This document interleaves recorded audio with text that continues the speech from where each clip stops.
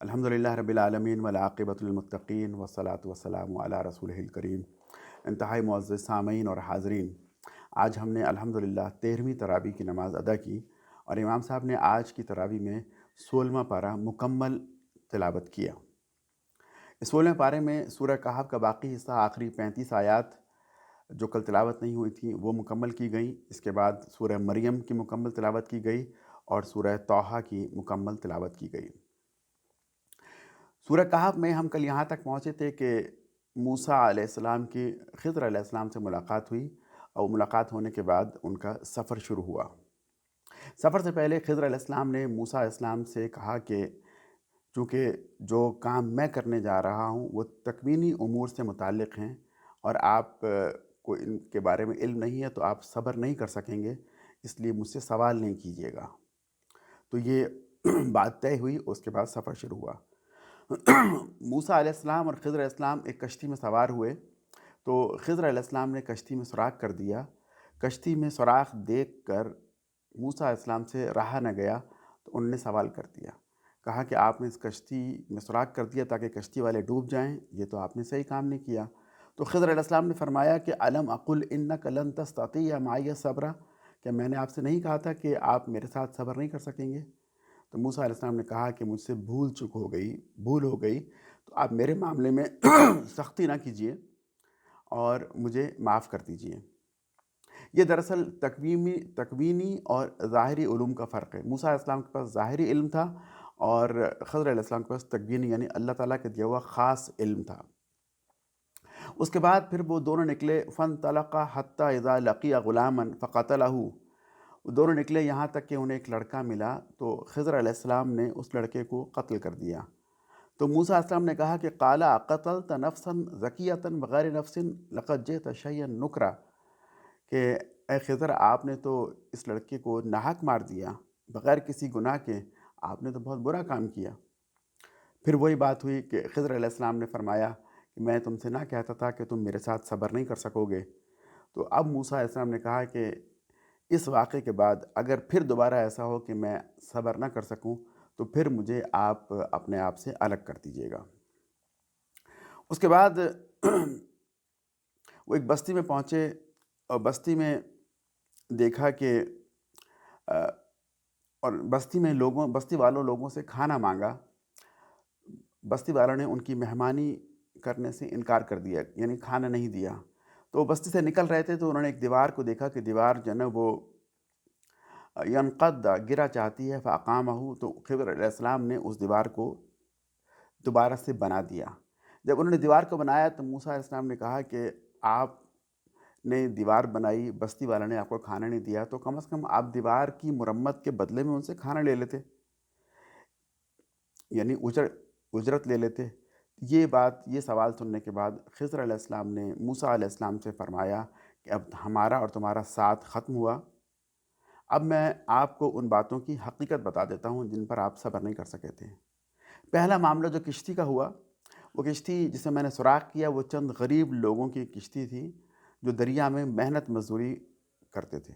میں نے چاہا کہ ان کی کشتی کو عیب دار کر دوں، کیونکہ آگے ایک بادشاہ کا علاقہ شروع ہوتا ہے جہاں بادشاہ ہر بے عیب کشتی کو زبردستی چھین لیتا ہے، تو اس کشتی میں عیب دیکھ کر وہ اسے نہیں چھینے گا۔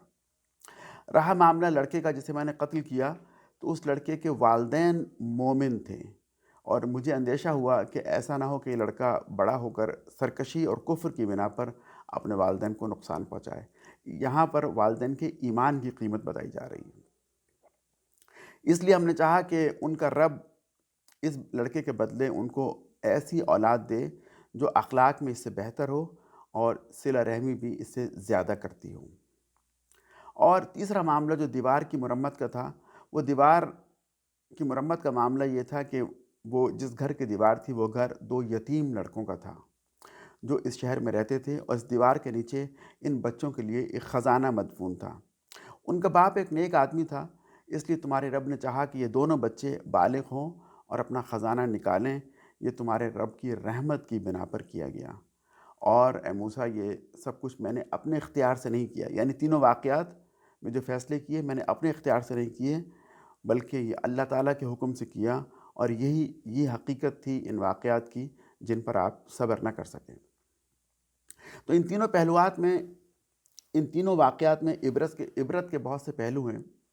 ایک تو یہ کہ اہل ایمان کو تسلی دی گئی کہ بہت سے معاملات بظاہر شر لگتے ہیں، لیکن ان کے پیچھے اللہ تعالیٰ کی رحمت، مصلحت اور حکمتیں ہوتی ہیں۔ کسی بستی کے سنگ دلانہ رویہ اس بات کا جواز فراہم نہیں کرتا کہ بستی کے غریب لوگوں کی مدد نہ کی جائے۔ جس بستی کے لوگ اچھا سلوک نہ کریں، وہاں حسن سلوک کرنا انتہائی عرفہ و اعلیٰ اخلاق کی مثال ہے۔ اور آخری دو واقعات کہ جن میں ایک بیٹے کو مارا اور دیوار ٹھیک کی، ان میں تو والدین کے ایمان کی بات کی گئی کہ ان کے والدین کا ایمان بہت مضبوط تھا، جس کی بنیاد پر اولاد کی مدد کی گئی۔ گویا کہ ایمان کی اہمیت بتانا مقصود ہے۔ اس کے بعد اللہ تعالیٰ سورہ کہف کے اگلے حصے میں ذوالقرنین کی صفات بیان کرتے ہیں، کیونکہ یہ بھی ایک سوال تھا جو کہ پوچھا گیا تھا کہ ذوالقرنین کون تھے۔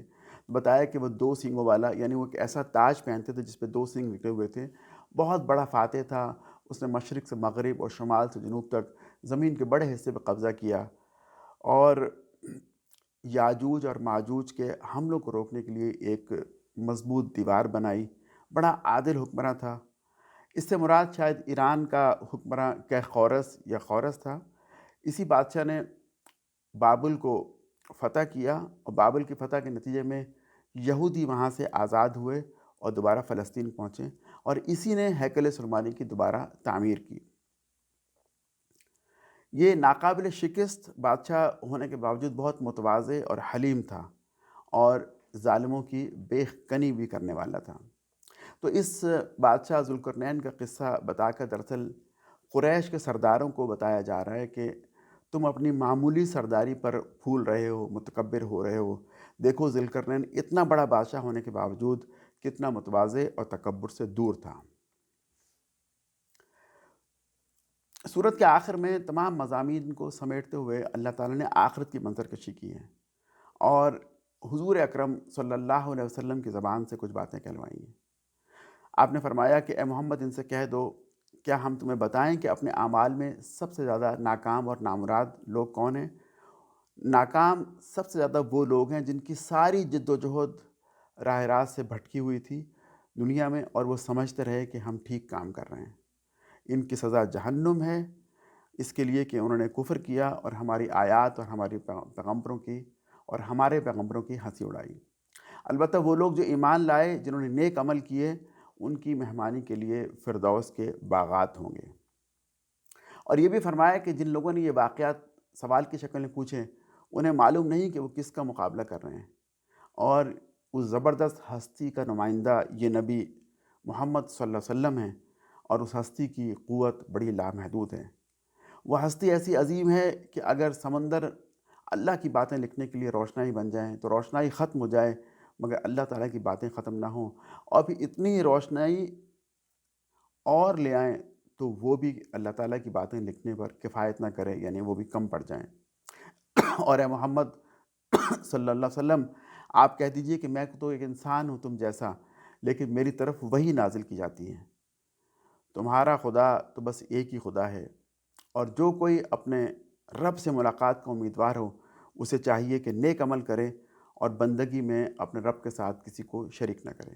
یہاں پر سورہ کہف ختم ہوتی ہے۔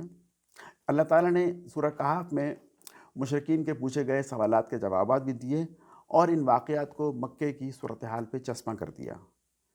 جو مٹھی بھر اصحاب کہف اپنے ایمان کو بچانے کے لیے توحید کی خاطر ایک غار میں چھپ گئے تھے، تو یہ ذکر کیا کہ وہ بھی مکہ کے مسلمانوں کی طرح توحید پرست تھے۔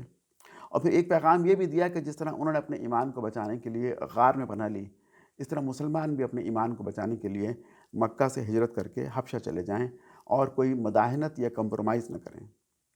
اور موسیٰ اور خضر علیہ السلام کے قصے میں مسلمانوں کو تسلی دی کہ بہت سی باتیں بظاہر انسان کو بری لگ رہی ہوتی ہیں، لیکن لانگ رن میں ان میں فائدہ ہوتا ہے، اور اس میں مسلمانوں کو مطمئن رہنا چاہیے کہ بالآخر انہی کا اس میں فائدہ ہوگا۔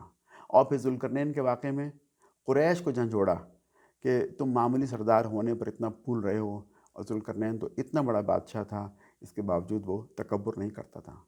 اور آخر میں ایمانیات ثلاثہ یعنی توحید، رسالت اور آخرت کی بات کی۔ سورہ کہف کے بعد سورہ مریم کی تلاوت کی گئی۔ سورہ مریم مکی صورت ہے، اس میں مریم سلام علیہ کا تعارف بیان کیا گیا۔ سورہ مریم ہجرت حبشہ سے پہلے نازل ہوئی، اور شاید اس میں مصلحت یہی تھی کہ اس میں مریم اور عیسیٰ علیہ السلام کا تفصیلاً ذکر ہے، تو وہاں پہنچ کر مسلمانوں نے نجاشی کے دربار میں اس سورت کی تلاوت کرنا تھی، شاید اس لیے ان کی ہجرت سے پہلے اس سورت کو نازل کیا گیا۔ وہاں پہنچ کر رئیس المہاجرین حضرت جعفر بن طیار رضی اللہ تعالیٰ عنہ نے نجاشی کے دربار میں اس کی تلاوت کی۔ پہلے 2 رکوع میں یحییٰ اور عیسیٰ علیہ السلام کی پیدائش کا ذکر کیا گیا جو کہ معجزانہ طور پر ہوئی۔ تیسرے اور چوتھے رکوع میں دیگر انبیاء کا ذکر کیا گیا، اور بتانا یہ مقصود ہے کہ تمام انبیاء ایک ہی سلسلے کی کڑی تھے اور ان کا دین ایک ہی تھا۔ اور آخری 2 رکوع میں کفار پر تنقید کی گئی اور مسلمانوں کو بشارت دی گئی کہ بالآخر مسلمان ہی کامیاب ہوں گے۔ سب سے پہلے یحییٰ علیہ السلام کی پیدائش کا ذکر کیا گیا۔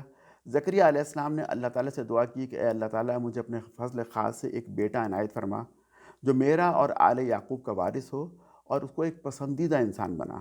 تو جواب میں اللہ تعالیٰ نے زکریا علیہ السلام سے فرمایا کہ ہم نے تمہاری دعا قبول کی اور ہم تمہیں ایک بیٹے کی بشارت دیتے ہیں جس کا نام یحییٰ ہوگا، اور یہ نام ہم نے اس سے پہلے کبھی کسی کا نہیں رکھا۔ اور پھر جو ہے نا وہ درمیان کا سارا سلسلہ چھوڑتے ہوئے جب یحییٰ علیہ السلام پیدا ہو گئے، بڑے ہو گئے، تو اب ان سے خطاب کر کے کہا جا رہا ہے کہ اے یحییٰ ہماری کتاب کو علیہ السلام زور سے پکڑے رہو، اور ہم نے یحییٰ علیہ السلام کو لڑکپن میں دانائی عطا فرمائی تھی، حکم عطا فرمایا تھا، اور اپنی طرف سے انہیں نرم دل اور اپنے والدین کا فرما بردار بھی بنایا تھا۔ یحییٰ علیہ السلام کی پیدائش سے بڑھ کر زیادہ بڑا معجزہ عیسیٰ علیہ السلام کی پیدائش ہے۔ اب اس کا ذکر کیا جا رہا ہے کہ جب جبرائیل علیہ السلام نے مریم سلام علیہ سے آ کر کہا، جب کہ وہ ہیکل سلیمانی کی مشرقی کونے میں عبادت کر رہی تھی، اور آ کر ان سے کہا کہ میں جبرائیل یعنی اللہ تعالیٰ کا بھیجا ہوا فرشتہ اور نمائندہ ہوں، اور اس لیے آیا ہوں کہ تمہیں ایک پاکیزہ لڑکے کی خوشخبری دوں۔ اب درمیان کے سارے واقعات کو چھوڑ کر جب عیسیٰ علیہ السلام پیدا ہو گئے، پیدا ہونے کے بعد مریم سلام علیہا انہیں لے کر اپنی قوم کی جانب گئیں، اور قوم کی جانب گئی تو قوم نے پوچھا کہ یہ بچہ کہاں سے لے کر آئی ہو، کس طرح پیدا ہو گیا یہ بچہ بغیر باپ کے؟ تو انہوں نے کہا کہ یہ بچہ خود جواب دے گا۔ تو بچہ بول اٹھا کہ میں اللہ کا بندہ ہوں، اس نے مجھے کتاب دی ہے اور نبی بنایا ہے اور بابرکت کیا ہے۔ یہ عیسیٰ علیہ السلام کے الفاظ ہیں جب کہ وہ نوزائیدہ بچے تھے، اور میں جہاں بھی رہوں مجھے نماز پڑھنے اور زکوٰۃ ادا کرنے کا حکم دیا ہے۔ یہ ہے حقیقت عیسیٰ ابن مریم کی، کہ وہ اللہ تعالیٰ کے حکم سے بغیر باپ کے پیدا ہوئے تھے، اور یہ ان کے بارے میں سچی بات ہے جس میں لوگ شک کر رہے ہیں۔ اللہ کا یہ کام نہیں کہ وہ کسی کو اپنا بیٹا بنائے، کیونکہ اس کے لیے مشکل نہیں ہے۔ وہ جب بھی کسی بات کا فیصلہ کرتا ہے تو صرف یہ کہتا ہے کہ کن فیکون، اور وہ چیز ہو جاتی ہے۔ اور پھر اس کے بعد عیسیٰ علیہ السلام نے بنی اسرائیل سے کہا کہ اللہ میرا اور تمہارا رب ہے، بس تم اسی کی بندگی کرو اور یہی سیدھی راہ ہے۔ مگر پھر مختلف گروہوں نے آپس میں اختلاف کیا، سو جن لوگوں نے کفر کیا وہ وقت بڑی تباہی کا ہوگا جب انہیں اس کی سزا دی جائے گی۔ سورہ مریم میں عیسیٰ علیہ السلام کا ذکر کرنے کے بعد اللہ تعالیٰ ابراہیم علیہ السلام کا ذکر کر رہے ہیں، اور فرما رہے ہیں کہ اس کتاب میں تم ابراہیم کا قصہ بھی بیان کرو، بے شک وہ راست باز انسان اور نبی تھا۔ جب اس نے اپنے باپ سے کہا کہ ابا جان آپ کیوں ان چیزوں کی عبادت کرتے ہیں جو نہ سنتی ہیں نہ دیکھتی ہیں اور نہ آپ کا کوئی کام بنا سکتی ہیں؟ ابا جان میرے پاس ایک ایسا علم آیا ہے جو آپ کے پاس نہیں آیا، آپ میرے پیچھے چلیں، میں آپ کو سیدھا راستہ دکھاؤں گا۔ یہ بڑا محبت کا انداز ہے، یا ابت، ابا جان آپ میرے پیچھے چلیے۔ تو یہ بہت ادب کے ساتھ اپنے والد کو ابراہیم علیہ السلام تبلیغ فرما رہے ہیں۔ جواب میں ابراہیم علیہ السلام کے والد نے کہا کہ ابراہیم کیا تو میرے معبودوں سے پھر گیا ہے؟ اگر تو باز نہ آیا تو میں تجھے سنسار کر دوں گا، بس تو ہمیشہ کے لیے مجھ سے الگ ہو جا۔ تو ابراہیم علیہ السلام نے جواب دیا کہ میں بھی آپ لوگوں کو چھوڑے جا رہا ہوں اور آپ کے معبودوں کو بھی چھوڑے جا رہا ہوں، میں تو صرف اسی ایک رب کو پکاروں گا جو میری پکار کو سنتا ہے، جواب دیتا ہے، اور میں اسے پکار کر کبھی نامراد نہیں رہوں گا۔ ابراہیم علیہ السلام کے ذکر کے بعد فرمایا کہ اس کتاب میں آپ موسیٰ علیہ السلام کا ذکر کیجئے، وہ بھی ہمارے چنیدہ بندے اور رسول تھے۔ ہم نے ان کو کوہ طور کے داہنی جانب سے پکارا اور رازدارانہ انداز میں ان سے گفتگو کر کے تقرب دیا۔ پھر فرمایا کہ اس کتاب میں اسماعیل کا بھی ذکر کیجیے علیہ السلام، جو اپنے وعدے کے سچے اور رسول نبی تھے۔ وہ اپنے گھر والوں کو نماز اور زکوٰۃ کا حکم دیا کرتے تھے اور اپنے رب کے نزدیک ایک پسندیدہ انسان تھے۔ اور پھر اس کتاب میں ادریس علیہ السلام کا ذکر بھی کیجیے، وہ ایک راست باز انسان اور اللہ کے نبی تھے۔ یہ وہ تمام پیغمبر ہیں جن پر اللہ تعالیٰ نے اپنا انعام فرمایا۔ پھر ان کے بعد ناخلف لوگ ان کے جانشین ہوئے، جنہوں نے نماز کو ضائع کیا، اپنی خواہشات نفس کی پیروی کی، بس قریب ہے کہ وہ گمراہی کے انجام سے دوچار ہوں۔ انسان کہتا ہے کہ جب میں مر جاؤں گا تو کیا پھر زندہ کر کے دوبارہ نکال لیا جاؤں گا؟ کیا انسان کو یاد نہیں کہ ہم نے انسان کو پہلی دفعہ بھی تو پیدا کیا تھا؟ تو بتاؤ، پہلی دفعہ پیدا کرنا زیادہ مشکل ہے یہ دوسری دفعہ؟ تیرے رب کی قسم، ہم ضرور ان سب کو اور ان کے ساتھ شیاطین کو بھی گھیر لائیں گے اور پھر جہنم کے گرد لا کر انہیں گھٹنوں کے بل جہنم میں گرا دیں گے۔ ان لوگوں کو جب ہماری کھلی کھلی آیات سنائی جاتی ہیں تو انکار کرنے والے ایمان لانے والوں سے کہتے ہیں کہ بتاؤ، ہم دونوں گروہوں میں سے کون بہتر ہے اور کس کی مجلسیں زیادہ شاندار اور آباد ہیں؟ انہیں معلوم ہونا چاہیے کہ ان سے پہلے کتنی ہی قومیں ایسی گزری ہیں جنہیں اللہ تعالیٰ نے ہلاک کر دیا، جو ان سے زیادہ سر و سامان رکھتی تھیں اور قوت رکھتی تھیں اور ظاہری شان و شوکت میں ان سے بڑھی ہوئی تھی۔ اچھا، تو اے محمد صلی اللہ علیہ وسلم، آپ ان پر نزول عذاب کے لیے بےتاب نہ ہوں۔ ہم تو ان کے دن گن رہے ہیں اور مجرموں کو پیاسے جانوروں کی طرح جہنم کی جانب ہانک کر لے جائیں گے۔ وہ کہتے ہیں کہ رحمان نے کسی کو بیٹا بنا لیا۔ سخت بیہودہ بات ہے جو یہ لوگ گھڑ لائے ہیں۔ قریب ہے کہ اس بات کی وجہ سے آسمان پھٹ جائے، زمین شق ہو جائے اور پہاڑ گر جائیں، اس بات پر کہ لوگوں نے رحمان کے لیے اولاد ہونے کا دعویٰ کیا۔ رحمان کی شان نہیں کہ وہ کسی کو اپنا بیٹا بنائے۔ یہاں پر سورہ مریم ختم ہوتی ہے۔ اس صورت میں اللہ تعالیٰ نے عیسیٰ علیہ السلام کے بارے میں صحیح عقائد بیان کیے گئے، جسے مسلمانوں نے نجاشی کے دربار میں پیش کیا۔ سورہ مریم کے بعد سورہ طٰہٰ پڑھی گئی۔ سورہ طٰہٰ بھی سورہ مریم کی طرح مکی صورت ہے۔ یہ وہ صورت ہے کہ جسے سن کر عمر رضی اللہ تعالیٰ عنہ مسلمان ہوئے۔ ان کے مسلمان ہونے کا واقعہ اس صورت کے حوالے سے بیان کیا جاتا ہے۔ واقعہ کچھ یہ ہے کہ وہ ایک دفعہ رسول اکرم صلی اللہ علیہ وسلم کو قتل کرنے کے ارادے سے نکلے اور آپ کی جانب جا رہے تھے کہ راستے میں نعیم بن عبداللہ سے ملاقات ہو گئی۔ انہوں نے پوچھا کہ عمر کہاں کا ارادہ ہے؟ تو عمر رضی اللہ تعالیٰ نے فرمایا کہ میں محمد صلی اللہ علیہ وسلم کو مارنے کے ارادے سے جا رہا ہوں۔ تو انہوں نے فرمایا کہ پہلے اپنے گھر کی خبر لو، تمہاری بہن اور تمہارے بہنوئی تو مسلمان ہو چکے ہیں۔ یہ سن کر وہ اپنے گھر کی جانب، وہ بہن کے گھر کی جانب گئے تو وہ اس وقت سورہ طٰہٰ کی تلاوت کر رہے تھے۔ جب اندر گئے تو انہوں نے سورہ طٰہٰ کے اوراق چھپا لیے۔ پوچھا تم کیا پڑھ رہے تھے؟ تو شروع میں تو انکار کیا اور پھر بتایا کہ ہم یہ سورت قرآن کی پڑھ رہے تھے اور ہم مسلمان ہو چکے ہیں۔ تو یہ سن کر بہت مارا، اتنا مارا کہ اپنی بہن کو اور بہنوئی کو لہو لہان کر دیا۔ پھر اس کے بعد ان کا دل بدلا اور انہوں نے کہا کہ مجھے دکھاؤ تم کیا پڑھ رہے تھے۔ بہن نے کہا کہ اس طرح نہیں، پہلے تم غسل کر کے آؤ۔ ایک ناپاک آدمی اس سورت کو ہاتھ نہیں لگا سکتا، قرآن کو ہاتھ نہیں لگا سکتا۔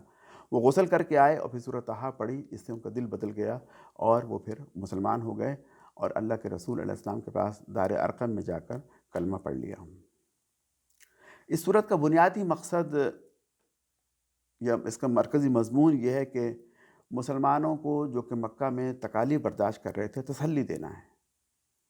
اسی لیے موسیٰ علیہ السلام کا واقعہ تفصیل سے بیان کیا گیا، جن سے دو باتیں ثابت ہوتی ہیں۔ ایک تو یہ کہ ایمان والوں کو آزمائش سے گزرنا پڑتا ہے، لیکن نمبر دو، بالآخر فتح ایمان والوں ہی کی ہوتی ہے۔ تو سورہ طٰہٰ کا آغاز ہوتا ہے بسم اللہ الرحمن الرحیم، طٰہٰ ما انزلنا علیک القرآن لتشقیٰ۔ طٰہٰ یہ لقب ہے، رسول اکرم صلی اللہ علیہ وسلم کا ایک نام ہے کہ اے محمد، ہم نے آپ پر قرآن اس لیے نازل نہیں کیا کہ آپ مشقت میں پڑ جائیں۔ یہ تو ایک یاد دہانی ہے اس شخص کے لیے جو یاد دہانی قبول کرے، جو ڈرنا چاہے۔ موسیٰ علیہ السلام کا واقعہ تفصیل سے 9ویں آیت سے لے کر 98 آیات، تقریباً 90 آیات تک پھیلا ہوا ہے۔ اس کا آغاز اس طرح ہوتا ہے کہ وَهَلْ أَتَاكَ حَدِيثُ مُوسیٰ، کیا آپ کے پاس موسیٰ علیہ السلام کی خبر پہنچی ہے؟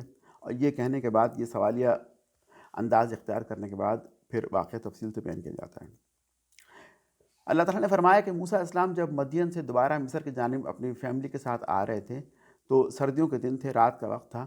انہوں نے ایک جگہ ایک آگ دیکھی تو اپنے گھر والوں سے کہا کہ تم یہاں ٹھہرو، میں آگ کا انگارہ لے کر آتا ہوں، یا یہ کہ مجھے شاید آگے رستے کا علم ہو جائے، رستے کے بارے میں کچھ واقفیت حاصل ہو جائے۔ جب وہ آگ کی جگہ پہنچے تو آواز آئی کہ موسیٰ میں تیرا رب ہوں، یعنی وہ آگ نہیں تھی، وہ تو نور تھا، اور میں تیرا رب ہوں، تم وادی مقدس میں ہو، طوا میں ہو تو اپنی جوتیاں اتار دو، اور اے موسیٰ میں نے تمہیں چن لیا ہے اپنے کام کے لیے، تو سن جو کچھ وہی کیا جاتا ہے، میں اللہ ہوں، فاعبدنی و اقم الصلاۃ لذکری، تو میری عبادت کرو اور میرے ذکر کے لیے نماز کو قائم کرو، قیامت کی گھڑی ضرور آئے گی۔ یہ سننے کے بعد پھر اللہ تعالیٰ پوچھتے ہیں، اور بڑا محبت کا، بڑا الفت کا انداز ہے، پوچھتے ہیں کہ وما تلک بیمینک یا موسیٰ، اے موسیٰ یہ تمہارے دائیں ہاتھ میں کیا ہے؟ اب یہ محبت بھرا سوال تھا، تو اب موسیٰ علیہ السلام اس کا لمبا جواب دیتے ہیں، کہتے ہیں کہ یہ میری لاٹھی ہے، اس پر ٹیک لگا کے چلتا ہوں، اس سے اپنی بکریوں کے لیے پتے جھاڑتا ہوں، اور اے اللہ اس میں میرے اور بھی بہت سے کام ہیں۔ یعنی طویل جواب موسیٰ علیہ السلام نے اس مختصر سوال کا دیا۔ پھر اللہ نے فرمایا کہ موسیٰ پھر اس لاٹھی کو پھینک دو۔ موسیٰ علیہ السلام نے اس لاٹھی کو جب زمین پر پھینکا تو وہ یک ایک اژدہا بن گئی اور جو دوڑ رہا تھا۔ یہ پہلا معجزہ تھا۔ اور پھر کہا کہ اپنے ہاتھ کو بغل میں دبا کر نکالو تو وہ چمکتا ہوا نکلے گا بغیر کسی بیماری کے۔ یہ دوسری نشانی ہے۔ اب یہ دو نشانیاں دی گئیں۔ اب یہ نشانیاں کیوں دی گئیں؟ اب اس کی وجہ بتائی جا رہی ہے، کام بتایا جا رہا ہے کہ اب کیا کرنا ہے۔ کرنا یہ ہے کہ اذهب الی فرعون انہ طغی، اب تم فرعون کی طرف جاؤ کہ وہ سرکشی اور بغاوت پر اتر آیا ہے۔ یعنی اب گویا کہ تبلیغ کرنے کا کہا جا رہا ہے۔ جب یہ تبلیغ کا کام کہا گیا تو تبلیغ کے کام کی کچھ ایسی برکت، ایسی اس کی اہمیت ہے کہ اللہ تعالیٰ اس کے بعد پھر انسان کی دعائیں قبول کرتے ہیں، وہ اللہ تعالیٰ کے ہاں مقرب بندہ بن جاتا ہے۔ تو یہ حکم سننے کے بعد موسیٰ علیہ السلام نے اللہ تعالیٰ سے 5 مطالبات کر دیے۔ کیا کہا؟ ایک پہلی بات تو یہ کہی کہ رب اشرح لی صدری، اے اللہ میرے سینے کو کھول دے۔ دوسرا فرمایا کہ ویسر لی امری، اور میرے اس کام کو آسان کر دے، واحلل عقدۃ من لسانی، اور میری زبان میں جو لکنت ہے اسے کھول دے، میری زبان کے مشکل کو کھول دے، یفقہوا قولی، اور میری بات کو واضح کر دے، واجعل لی وزیرا من اہلی، اور میرے گھر میں سے میرا ایک مددگار وزیر بنا دے، یعنی ہارون علیہ السلام کو بھی نبوت عطا کر دے۔ ان میں جو پہلی 4 چیزیں ہیں وہ تو بہت مشہور دعا ہے جو کہ ہم اکثر موقعوں پر پڑھتے ہیں، اور یہ دعا قرآن میں آئی ہے، مسنون دعا ہے۔ اب یہ 5 مطالبات سننے کے بعد اللہ تعالیٰ نے موسیٰ علیہ السلام سے فرمایا کہ قال قد اوتیت سؤلک یا موسیٰ، اے موسیٰ دیا گیا جو بھی تم نے مانگا، یعنی تمہارے 5 مطالبات منظور ہو گئے، اب تم جاؤ اور فرعون کو میرا پیغام پہنچاؤ۔ پھر اللہ تعالیٰ فرماتے ہیں کہ اے موسیٰ ہم نے تم پر ایک دفعہ اور بھی احسان کیا، جب فرعون جو ہے وہ یذبحون ابناءکم، جب وہ بنی اسرائیل کے لڑکوں کو قتل کر دیا کرتا تھا تو ہم نے تمہیں قتل ہونے سے بچایا، اور تمہاری والدہ کی جانب وحی کی کہ موسیٰ کو ایک صندوق میں رکھ کر دریا میں چھوڑ دو، دریا اسے ساحل پر لے جائے گا، اسے میرا دشمن اور اس بچے کا دشمن اٹھا لے گا۔ اور اے موسیٰ پھر ہم نے اہل فرعون کے دلوں میں تمہاری محبت بٹھا دی تاکہ وہ تمہیں قتل نہ کریں بلکہ تمہاری بہترین خاطر مدارت کریں، اور تمہاری نگرانی کا ہم نے اچھا انتظام کر دیا۔ پھر درمیان کے تمام چیزیں، جوانی اور بڑے ہونا، ان سب چیزوں کو چھوڑ کر اللہ تعالیٰ حکم دیتے ہیں موسیٰ علیہ السلام کو، چونکہ اب مطالبات پورے ہو گئے، اب ان کے بھائی ہارون علیہ السلام کو بھی نبوت مل گئی، تو اللہ تعالیٰ حکم دیتے ہیں کہ اذهب انت و اخوک بآیاتی، اب تم اور تمہارا بھائی دونوں میری ان 2 نشانیوں کے ساتھ جاؤ، اور جا کر فرعون سے کہو کہ ہم تمہارے پروردگار کے، یعنی فرعون کے یعنی اللہ تعالیٰ، یہ نہیں کہا کہ ہمارے پروردگار، تمہارے پروردگار، یہ ذرا بات کو سمجھانے کا انتہائی اچھا انداز ہے کہ ہم تمہارے پروردگار کے بھیجے ہوئے ہیں، تو بنی اسرائیل کو ہمارے ساتھ جانے کی اجازت دے دیجئے اور انہیں تنگ نہ کیجیے۔ ہم آپ کے پاس آپ کے پروردگار کی جانب سے نشانیاں لے کر آئیں۔ اب فرعون نے نشانیاں دیکھیں تو فرعون نے پوچھا کہ اے موسیٰ، تمہارا رب کون ہے؟ تو موسیٰ علیہ السلام نے فرمایا کہ میرا پروردگار وہ ہے جو ہر چیز کو اس کی شکل و صورت دیتا ہے، یعنی بہترین خلقت میں پیدا کرتا ہے۔ تو اللہ تعالیٰ فرماتے ہیں کہ یہ بات بتائی گئی، لیکن اس کے باوجود بھی تمام نشانیاں دیکھ کر بھی فرعون ایمان نہ لایا، وہ تو جھٹلائے چلا گیا اور نہ مانا۔ بلکہ فرعون نے تو یہاں تک کہا کہ موسیٰ جو تم لے کر آئے ہو تو جادو ہے، ہم تمہارے اس جادو کا مقابلہ معاذ اللہ دوسرے جادو سے کریں گے۔ تو اس نے اپنے ملک کے تمام جادوگروں کو جمع کیا اور مقابلے کا دن طے ہوا، سارے جادوگر آ گئے۔ جادوگروں نے اپنی اپنی رسیاں پھینکی جس سے نظر بندی ہو گئی اور وہ لوگوں کی نظر میں چلتے ہوئے سانپ نظر آئے۔ اس کے بعد موسیٰ علیہ السلام نے اپنی عصا پھینکی تو وہ جادوگر کی بنائی ہوئی رسی کے سانپوں کو کھا گیا۔ جب یہ دیکھا تو جادوگر سمجھ گئے کہ موسیٰ علیہ السلام جادوگر نہیں، یہ تو اللہ کے نبی ہیں، اور وہ سجدے میں گر گئے، مسلمان ہو گئے۔ اب فرعون نے جادوگروں کو دھمکی دی اور کہا کہ اگر تم دوبارہ اپنے دین کی جانب نہ آئے تو میں تمہیں مخالف جانب سے تمہارے پاؤں اور تمہاری ٹانگیں کاٹ کر تمہیں سولی چڑھا دوں گا۔ تو اس کے جواب میں جادوگر نے کہا کہ قسم ہے اس ذات کی جس نے ہمیں پیدا کیا، یہ ہرگز نہیں ہو سکتا کہ ہم حق کی بات کو روشنیاں نشانیاں آ جانے کے بعد تسلیم نہ کریں۔ تجھے جو چاہنا ہے، جو کرنا ہے کر لے، تو بس زیادہ سے زیادہ اسی دنیا میں ہمیں تکلیف دے سکتا ہے اور تو دنیا کے بارے میں فیصلہ کر سکتا ہے، لیکن تو ہمارے آخرت کے اجر کو ضائع نہیں کر سکتا۔ ہم تو اپنے رب پر ایمان لائے ہیں، وہ ہماری خطائیں معاف کر دے گا، اور جو ہم نے یہ جادوگری دکھا کر غلط کام کیا ہے اسے بھی ہمیں امید ہے کہ اللہ تعالیٰ درگزر فرما دے گا، اور کیونکہ وہ بہت اچھا معاف کرنے والا ہے۔ اس کے بعد موسیٰ علیہ السلام بنی اسرائیل کو لے کر سمندر پار کر گئے، اور سمندر پار کرنے کے بعد صحرا سینا میں پہنچے۔ پھر صحرا سینا میں وہ بنی اسرائیل کو چھوڑ کر کوہ طور پر اللہ تعالیٰ سے ملاقات کے لیے گئے۔ ملاقات میں کچھ دن وہاں ٹھہرے تو اللہ تعالیٰ نے موسیٰ علیہ السلام کو بتایا کہ تمہارے بعد سامری نے تمہاری قوم کو گمراہ کر دیا ہے اور اس کے لیے ایک بچڑا بنا دیا ہے جس کی وہ لوگ عبادت کر رہے ہیں۔ یہ سن کر موسیٰ علیہ السلام واپس صحرا سینا آئے، اور صحرا سینا میں آنے کے بعد انہوں نے بنی اسرائیل سے بات کی تو انہوں نے کہا کہ یہی تو ہمارا اور تمہارا خدا ہے، نعوذ باللہ، اور آپ تو گویا موسیٰ علیہ السلام اسے بھول گئے ہو، آپ کو غلطی ہوئی ہے۔ گویا کہ وہ چند دنوں کی جدائی پر ہی اتنے بگڑ گئے، گمراہ ہو گئے کہ انہوں نے بچھڑے کی عبادت شروع کر دی۔ موسیٰ علیہ السلام اس بات سے بہت ناراض ہوئے، اپنے بھائی ہارون علیہ السلام جن کو ذمہ دار بنا کر گئے تھے ان پر بھی ناراضگی کا اظہار کیا اور اس بچھڑے کو جلا ڈالا۔ اب نبی اکرم صلی اللہ علیہ وسلم کے ذریعے سے کفار سے کہا جا رہا ہے کہ اس دن جب کہ سور پھونکا جائے گا، ہم مجرموں کو اس حال میں گھیر لائیں گے کہ ان کی آنکھیں دہشت کے مارے پتھرائی ہوئی ہوں گی۔ اس دن سب سے محتاط اندازہ لگانے والا شخص یہ کہے گا کہ دنیا میں تم بس صرف ایک دن ہی رہے ہو۔ اس کے بعد اللہ تعالیٰ قصہ آدم و ابلیس کو ایک بار پھر بیان کرتے ہیں۔ فرماتے ہیں کہ ہم نے آدم اور ان کی بیوی سے کہا کہ تم جنت میں جہاں سے چاہو کھاؤ پیو، لیکن ایک درخت کے قریب نہ جانا۔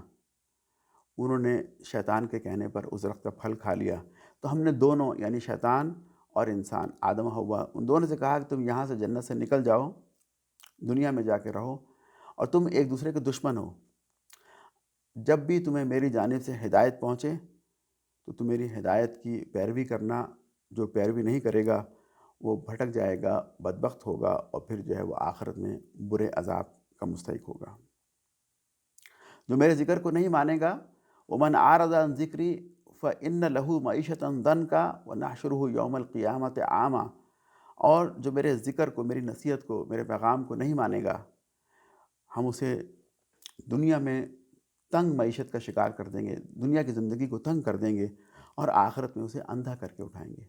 تو وہ کہے گا پروردگار میں دنیا میں دیکھتا بھالتا تھا، تو نے حشر میں اندھا کر کے کیوں اٹھایا؟ تو اللہ تعالیٰ فرمائے گا کہ جب میری آیات تمہارے پاس آتی تھیں تمہیں پڑھ کر سنائی جاتی تھی، تم انہیں مانتے نہیں تھے، انہیں بھلا دیتے تھے۔ تو نے دنیا میں مجھے بھلا دیا، تو آج حشر کے دن میں نے تمہیں بھلا دیا۔ سورہ کے آخر میں اللہ تعالیٰ فرماتے ہیں کہ جو بہت سی قومیں جن کو میں نے ہلاک کیا، یہ کفار مکہ ان کے مقامات میں سے گزرتے ہیں، تو یہ ان کے مقامات کو دیکھ کر سبق کیوں نہیں حاصل کرتے؟ پھر فرمایا جا رہا ہے کہ اے محمد، جو باتیں یہ لوگ بنا رہے ہیں، آپ ان باتوں پہ صبر کیجئے اور نماز ادا کیجئے۔ یہاں پر سورہ طٰہٰ ختم ہوتی ہے۔ اس صورت میں مسلمانوں کو تسلی دی گئی اور بتایا گیا کہ ایمان والوں کو آزمائش سے گزرنا پڑتا ہے، لیکن بالآخر کامیابی انہی کی ہوگی۔ یہاں پر آج کی تراویح کا خلاصہ ختم ہوتا ہے۔ دعا ہے کہ اللہ تعالیٰ ہمیں قرآن پاک کو پڑھنے، سمجھنے اور عمل کرنے کی توفیق عطا فرمائے۔ جزاکم اللہ خیر۔